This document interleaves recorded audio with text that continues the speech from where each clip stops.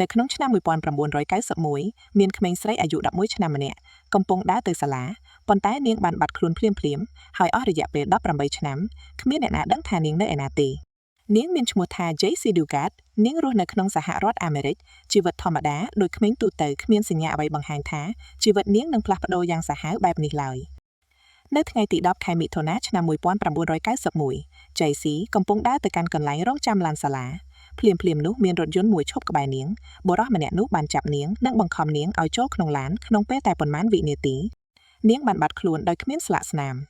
ប៉ូលីសបានចាប់ផ្ដើមស្វែងរកភ្លាមៗបន្ទាប់ពីបានទទួលដំណឹងនេះពីក្រុមគ្រួសាររបស់នាងក្រុមប៉ូលីសបានប្រើឆ្កែស្វែងរក helicopter និងអ្នកស្ម័គ្រចិត្តជាច្រើនប៉ុន្តែគ្មានស្នាមអ្វីទេ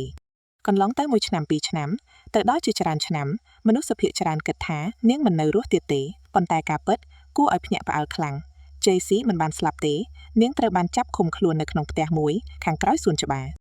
មនុស្សដែលធ្វើអំពើនេះគឺ Philip Garrido រយៈពេល18ឆ្នាំគ្មានអ្នកណាសង្ស័យអ្វីទេទោះបីជានាងនៅជិតមនុស្សជាច្រើនក៏ដោយនៅឆ្នាំ2009បុរសនេះបានបង្ហាញអាកប្បកិរិយាគួរឲ្យសង្ស័យនៅពេលគាត់បានទៅកាន់សាកលវិទ្យាល័យមួយជាមួយក្មេងស្រី2នាក់ប៉ុន្តែអាកប្បកិរិយារបស់គាត់មើលទៅចម្លែកនិងភ័យបុគ្គលិកនៅទីនោះមានអារម្មណ៍ថាមានអ្វីមិនត្រឹមត្រូវហើយពួកគេបានរាយការណ៍ទៅអាជ្ញាធរប៉ូលីសបានហៅគាត់មកសួរក្នុងពេលនោះចម្លើយរបស់គាត់មិនហេតុផលក្មេងស្រីដែលនៅជាមួយគាត់ក៏មើលទៅស្ងៀមស្ងាត់និងចម្លែកអ្វីៗទាំងនេះបានធ្វើឲ្យការសង្ស័យកាន់តែខ្លាំងឡើងដូច្នេះ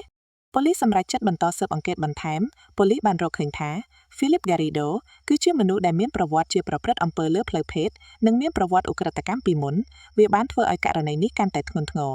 ប៉ូលីសនិងមន្ត្រីតាមដានបានទៅដល់ផ្ទះរបស់គាត់ដំបងអ្វីៗមើលទៅធម្មតាប៉ុន្តែនៅខាងក្រោយផ្ទះមានកន្លែងលាក់មួយដែលមានតង់និងសំណង់តូចៗមើលទៅដូចជាកន្លែងលាក់អ្វីមួយបន្ទាប់ពីការសួរនាំបន្ថែមស្ត្រីម្នាក់ដែលនៅជាមួយគាត់បាននិយាយការពិតចេញមកនាងគឺជា JC Dugard ដែលបានបាត់ខ្លួនតាំងពីឆ្នាំ1991ហេតុអ្វីបានជាករណីនេះយូរដល់18ឆ្នាំនាងត្រូវបានលាក់យ៉ាងហ្មត់ចត់អ្នកជិតខាងមិនបានសង្ស័យជនសង្ស័យរស់នៅយ៉ាងស្ងៀមស្ងាត់នៅក្នុងវីដេអូនេះអ្នកទាំងអស់គ្នាប្រហែលជាមានអារម្មណ៍ថាការបកស្រាយមិនអស់និងចង់ដឹងថាមានអ្វីខ្លះបានកើតឡើងចំពោះនាងរយៈពេល18ឆ្នាំដោយសារតែវាជារឿងដែលតាក់ទងនឹងផ្លូវភេទយើងមិនចង់និយាយច្រើននៅក្នុងវីដេអូទេអ្នកទាំងអស់គ្នាអាចកាត់ន័យយល់បានបើសិនជាអ្នកទាំងអស់គ្នាចង់ដឹងលម្អិតអាចមើលនៅក្នុងអ៊ីនធឺណិតបាន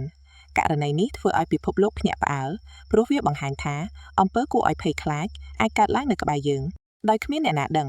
រឿងនេះបង្រៀនយើងថាមិនមែនគ្រប់គ្នាដែលមើលទៅធម្មតានឹងមានចិត្តល្អទេហើយពេលខ្លះគ្រោះថ្នាក់អាចនៅជិតយើងជាងអ្វីដែលយើងគិតអរគុណសម្រាប់ការទស្សនាកុំភ្លេចចុច like share និង subscribe ដើម្បីគាំទ្រ channel នេះសម្រាប់វីដេអូសម្រាយរឿងថ្មីៗទៀត